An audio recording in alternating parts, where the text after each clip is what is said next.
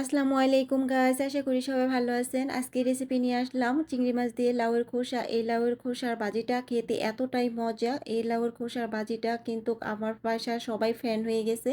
কারণ আগে লাউয়ের খোসা ফেলে দিতাম, অনেক আগে যখন থেকে ভাজি করে খাওয়াইছি আপনার ভাইয়াকে, তখন থেকে এই ভাজিটার ফ্যান হয়ে গেছে।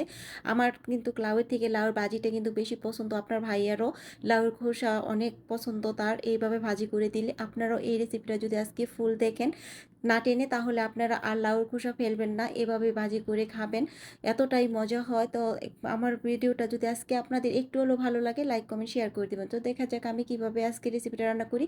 এখানে আমি লাউর খোসাগুলো একদম পাতলা পাতলা করে পুলি নিছি, আর সাথে একটা আলু কুচি করে কেটে নিছি। চিংড়ি মাছ আমি ধুয়ে পরিষ্কার করে নিছি, ধনেপাতা কুচি, পেঁয়াজ কুচি, কাঁচামরিচ ফালি।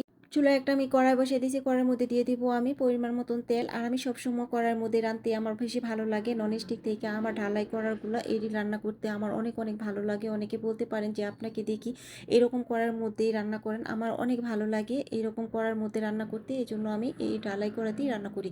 তো তেল দিয়ে দিয়েছি, তেলের মধ্যে দিয়ে দিয়েছি পেঁয়াজ, একটা পেঁয়াজ কুচি দিয়ে তারপর ভেজে নিয়েছি। এরপর দিয়ে দিয়েছি আদা রসুন বাটা, আদা রসুন বাটাটা দিয়ে কিছুক্ষণ সময় ভেজে নিয়েছি। এরপর দিয়ে দিয়েছি সামান্য একটু পানি। এরপর দিয়ে দিচ্ছি 1 চা চামচ মরিচের গুঁড়া, 1 চামচ হলুদের গুঁড়া। এরপর দিয়ে দিব স্বাদ মতো লবণ। লবণটা দিয়ে আমি ভালো করে একটু নেড়ে চেড়ে নিব মশলাটা নাড়াচাড়া কিছুক্ষণ কষানো হয়ে গেলে দিয়ে দিব এখানে 1/2 চা চামচ জিরা গুঁড়ো। এরপর দিয়ে দিব চিংড়ি মাছটা দিয়ে মশলার সাথে ভালো করে চিংড়ি মাছটা একদম কষিয়ে নেব, একদম ভুনা ভুনার মতো।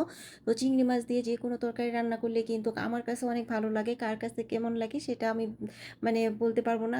তো অধিকাংশ মানুষ আমি জানি যে চিংড়ি মাছ পছন্দ করে। এই তো কথা বলতে বলতে মশলাটা কষানো হয়ে গেছে, এখন দিয়ে দিছি যে লাউয়ের খোসা আর আলুটা আমি বলে রাখছি, এটা দিয়ে কিছুক্ষণ সময় নেড়ে চেড়ে ঢাকনা দিয়ে দিছি। এখন ঢাকনা খুলে আমি আরেকবার নেড়ে চেড়ে দিচ্ছি, এভাবে কিছুক্ষণ পর পর নেড়ে চেড়ে কষিয়ে নিব লাউয়ের খোসাগুলো। আর যে কোনো তরকারি ভালো করে কষালে কিন্তু ওই তরকারিটার টেস্ট কিন্তু অনেক ভালো আসে। এই তো পানিটা যতটুকু পানি উঠছে পানিটা শুকিয়ে গেছে, এখন আমি এখানে ভালো করে নেড়ে চেড়ে নিচ্ছি। এরপর দিয়ে দিব আমি সামান্য একটু পানি, কারণ লাউয়ের খোসাটা হতে একটু সময় লাগে।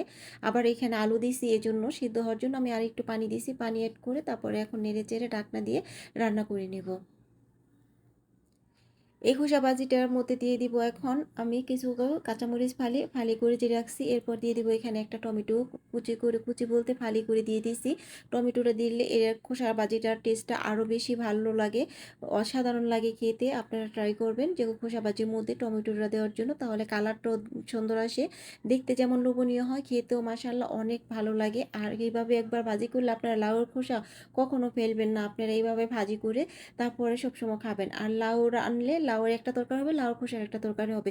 ওই দিন আপনার সারাদিন আর কোনো কিছু রান্নাই করতে হবে না। এরপর আমি দিয়ে দিব ধনেপাতা কুচি। ধনেপাতা কুচিটা দিয়ে আমি আর বেশিক্ষণ রান্না করব না।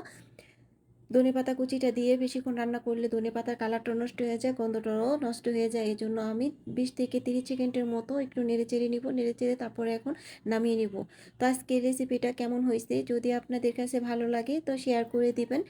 তো সবাই ভালো থাকবেন, সুস্থ থাকবেন। আল্লাহ হাফেজ। আর খোসা ভাজিটা কতটা লোভনীয় হয়েছে আর দেখতে আপনারা দেখতেই পাচ্ছেন। সবাই ভালো থাকবেন। আল্লাহ হাফেজ।